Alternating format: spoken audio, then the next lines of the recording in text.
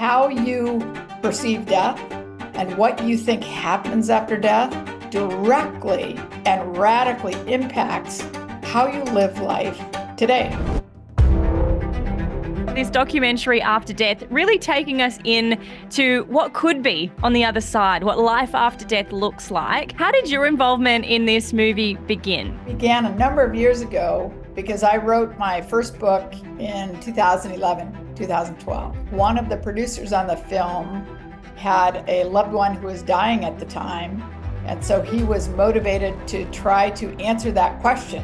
What happens? What happens when we die? We're all going to die. And he started reading book after book, and he read my book. He contacted me, ages ago. And then, of course, it was a number of years because making any film takes what seems like forever. And it finally actually came to fruition. And he interviewed me, obviously, and he interviewed some other people who'd had near-death experiences, came out with this movie, and I think it's phenomenal. It's frustrating because we're all going to die, and we all know that. But so few of us really take the time to think about it. And I think it's really, really important because how you perceive death and what you think happens after death directly and radically impacts how you live life today. But that's not the same as personally experiencing death. And I hadn't known anyone who died, and so no, I have never thought about it more than to play that game of, I don't care how I die, as long as I don't drown.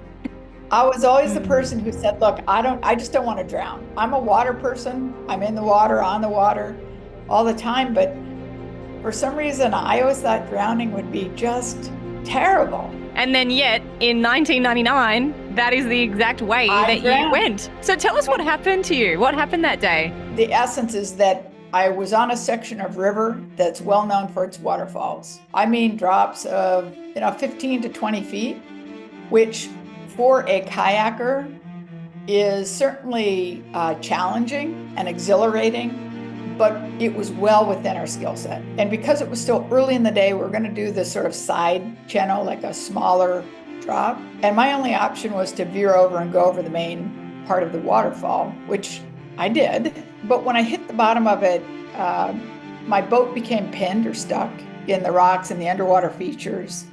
And the boat and I were then completely submerged under 8 to 10 feet of water. But first of all, at that point in my life, I was no religious zealot. And I can't explain it, but it was a very active choice. Even in that situation, I and every person has the choice to turn toward God or away. And I turned toward and asked that God's will be done. And the minute I asked that, the nanosecond that I asked that, I was immediately overcome with a very physical sensation of being held and comforted and reassured that everything was fine. My kids would be fine, my husband's fine, regardless of whether I lived or died. I knew I was being held by Christ. And many people say, you just thought that, you wanted it.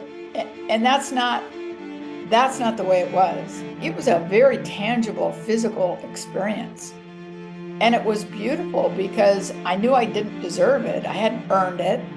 And, we all read that and we're told that, but we don't believe it. But it's actually true. The boat and I were both underwater. And usually with kayaking, if someone comes out of the boat, you either see the kayaker or the boat, but both of them are gone.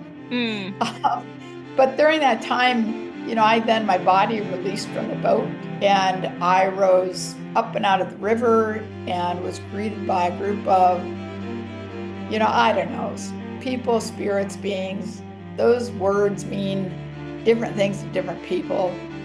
And so I never really know how to describe them. These were people who had known me and loved me as long as I have existed. And I knew that they were people who were important in my life story. Then they took me down this pathway that I would describe as the most beautiful experience I could ever possibly imagine. And it was not just seeing, it was seeing and tasting and feeling and experiencing and understanding. And what speaks to me and what moves me to tears is the intensity of color and the delicacy of flowers and the aromas of flowers. And that's what I experienced. You mentioned earlier the way that the experience that you had has so greatly affected the way you live now, that if any of us, when we come near to death, it's got to affect the way that we live. How has it changed your perspectives on life now? It has changed the way I experience life because I don't have the destructive emotions that so many people have. My past is gone.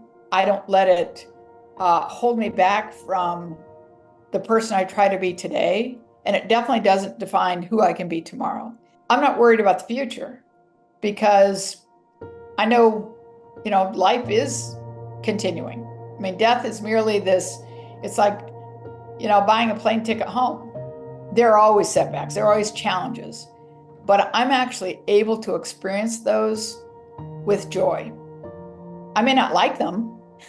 Yeah. And, certainly I've had some challenges that are very unpleasant. But even in the midst of those, I can experience joy because I know that in the big, big picture, each one of those challenges is going to turn into something beautiful. The challenge that you're putting out to people, I think, is one many will feel after watching After Death. Is that the key thing, so that you want them to take away, that question? That's one of the reasons why I like this movie. I like this movie because I believe it's going to leave the viewer with that question, like, okay, well, have you asked yourself the question of what happens? If not, why not? And what I hope people do is ask the question before they need to. So that's why I do this, and that's why I like this movie. I would encourage everybody to see it. I think this is a movie that speaks to people of faith because every person of faith can use a little prodding once in a while to deepen their faith. So I think it has a potential to reach a lot of people. Yeah, and I think it's going to be definitely a very worthwhile watch for those that do see it. So, Dr. Mary, thank you so much for your participation in the documentary, of course, but for taking the time to chat with us today too.